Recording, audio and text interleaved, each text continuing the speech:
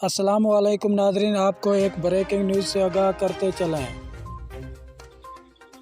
Asia cup में पाकिस्तान और भारत इतवार को मद्दे मुकाबल होंगे। सुपर 4 का शेड्यूल जारी हो गया।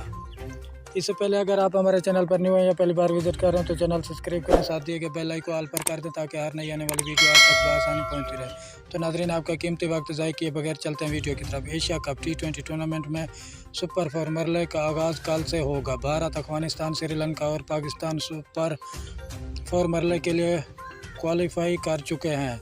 क्रिकेट काउंसिल के मुताबिक सुपर 4 को क्वालिफाई में भारत A1 है, जबकि पाकिस्तान A2 करार पाया। B1 श्रीलंका और B2 अफगानिस्तान की टीम है। सुपर 4 के मरहले में मैच में कल शारजा में श्रीलंका और अफगानिस्तान की टीमें मध्य मुकाबल होंगी। पाकिस्तान क्रिकेट टीम का दुबई में रिवायती हरीफ भारत से मुकाबला 4 सितंबर को होगा। एशिया कप में 5 सितंबर को कोई मैच नहीं खेला जाएगा। भारत और श्रीलंका की टीमों के दरमियान 6 सितंबर को दुबई में मैच होगा। पाकिस्तान क्रिकेट टीम सुपर 4 में अपना दूसरा मैच शारजा में अफगानिस्तान के खिलाफ 7 दिसंबर को खेलेगी।